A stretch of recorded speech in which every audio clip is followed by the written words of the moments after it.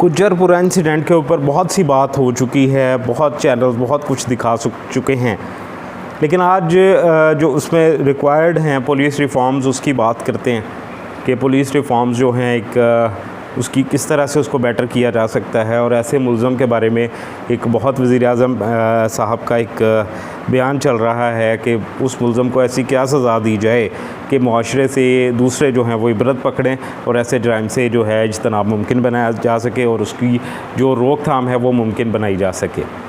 इसमें सबसे पहले तो देखें, जो हमारा पुलिस रिफॉर्म है उसके बारे में बहुत से अपने कॉलम्स में भी लिखा है। और चूँकि हमारे यहाँ ये ट्रेंड है कि जो फ्रंट लाइन कॉलमिस्ट होते हैं या फ्रंट लाइन तज्ज़िया कार होते हैं या जो मीडिया से रिलेटेड हो जाते हैं लोग, उनकी बात को ज़्यादा वज़नी समझा जाता है और उनके जो फजूल किस्म के कॉलम्स होते हैं उनको भी डिस्कस किया जाता है। ये भी एक माशरे का डिलेमा है और बहुत बड़ा अलमिया है। लेकिन इसमें किया क्या जा सकता है? हम तो अपनी आवाज़ बुलंद कर सकते हैं, being a columnist, being a writer और बीइंग अ लॉयर। ये मेरा फ़र्ज़ बनता है कि मैं माशरे में जो चीज़ों की बेहतरी के लिए अगर कुछ कर सकता हूँ, बता सकता हूँ, तो मैं वो बताऊँ।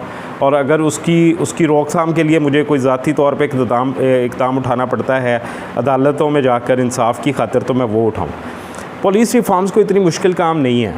पुलिस रिफॉर्म्स के हवाले से ये है कि इसमें जो वाक़या हुआ है गुज्जरपुरे वाला, ये वाक़यात इस तरह के होते आए हैं, फिर ये होते ही रहेंगे, फिर इनको रोकना मुश्किल हो जाएगा। फांसी की सज़ा अगर आप कहते हैं तो ज़ैनब वाला केस है most highlighted case in Asia, even in world you can say. तो वहाँ क्या बना? फांसी हुई, उस फांसी की सज़ा के बाद उसमें कितनी बेहतरी आई उसी दिन जिस दिन उस शख्स को फांसी दी गई है, उस मकरूह शख्स को, मुझे तो उसका नाम भी याद नहीं है। और उसी दिन मेरी याददाश्त में है कि 3 वाक़यात और रिपोर्ट हुए हैं उसी दिन ही, जिनमें फैसलाबाद का एक डिजकोड का वाक़या भी था। उसमें 12 साल के एक बच्चे के साथ वो वाक़या पेश आया था। तो इन चीज़ों से क्या फ़र्क पड़ता है, या इन चीज़ों की रोकथाम ऐसे नहीं होनी चाहिए।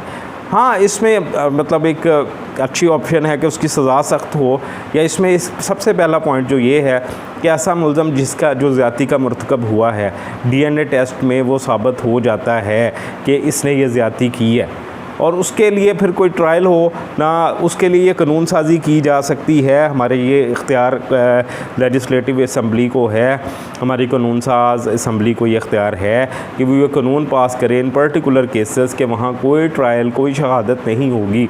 जिस तरह आबद वाले केस में देखा कि सिर्फ शहादतें नहीं मिली और मुल्ज़िमों ने राज़ीनामा कर लिया मुद्दई के साथ, तो डरा धमका के कर सकते हैं, पैसे देकर कर सकते हैं,